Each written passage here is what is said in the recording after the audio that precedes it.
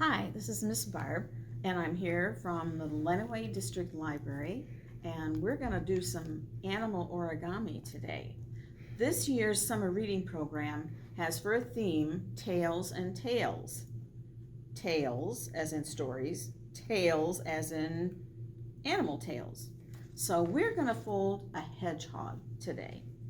If you didn't know, you can get a kit at the district library, any of the branches, that includes the origami paper that you need to fold these animals.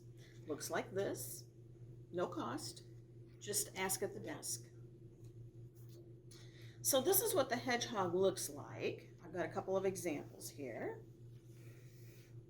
And I'm going to be folding on a gray piece of paper today.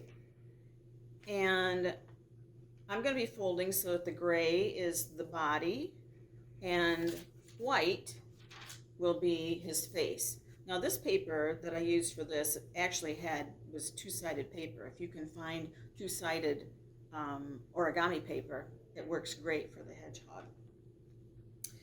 And this one was made out of scrapbook paper, which also works. Okay, you're going to start with your square looking like a diamond. We're going to fold one of the diagonals. So I'm folding bottom corner up to top, matching, crease it well, and then open it back up. Now you're going to take one of these corners, doesn't matter which one. So I'm going to rotate my paper so it looks like this. And then I'm going to take this corner and I'm going to fold it up just a little bit, about 3/4 of an inch, I'd say. Looks like that.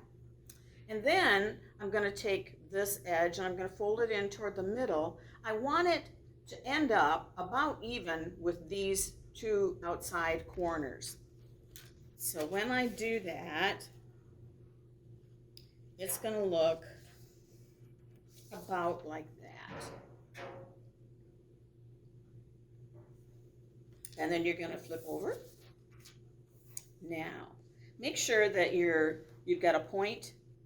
Let me turn it so it looks right to you. You should have a point at the top, and this fold that we just did is at the bottom. These two corners are what we're going to be concentrating on next. They are going to be folded up to lie along this center line. So you need to keep an eye on the center fold while you bring this point up and bring the whole edge up into that center line. Crease it all the way out. This should match along here. Sometimes it doesn't quite, but these edges should match here. We're going to do the same thing with this point. Fold it up into the center. And it should meet or lie right alongside the one we just did. Crease it. Looks like that. Now you're going to take this whole thing and fold it in half.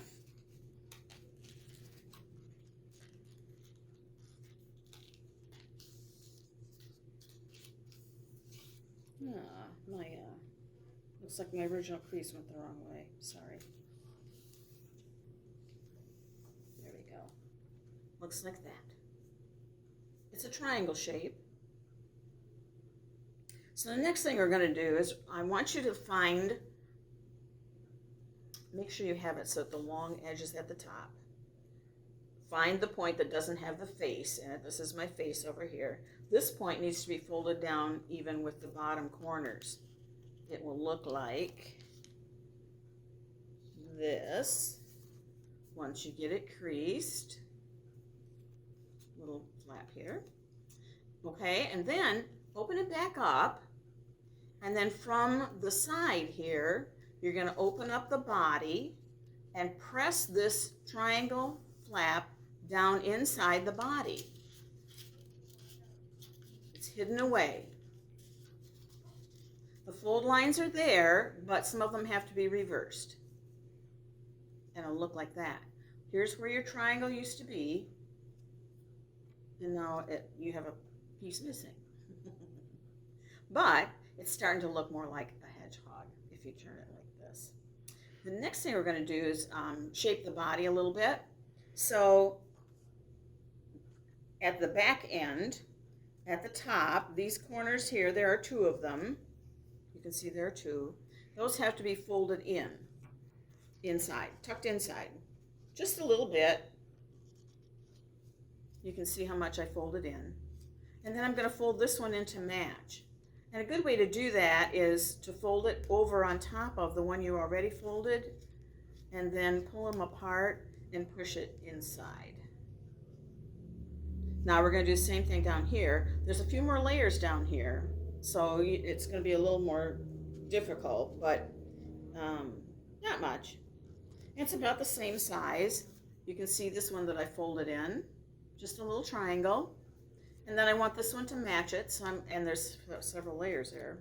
So I'm folding it up over on top of the one I just did, and then I'm tucking it inside. Let me be sure all these are creased well. Okay. Now we're going to blunt his nose. He is kind of pointed here. To do that, you're going to open up his body from the bottom, and then just press his nose down at that point, down inside a little bit. About that much. Crease it and close his body back up.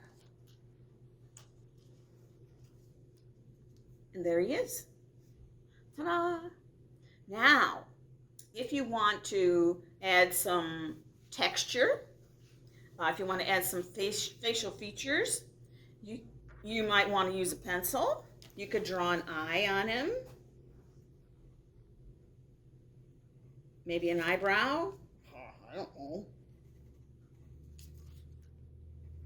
Maybe a little smile down here. Let me think what I'm doing here. Yeah, maybe something like that.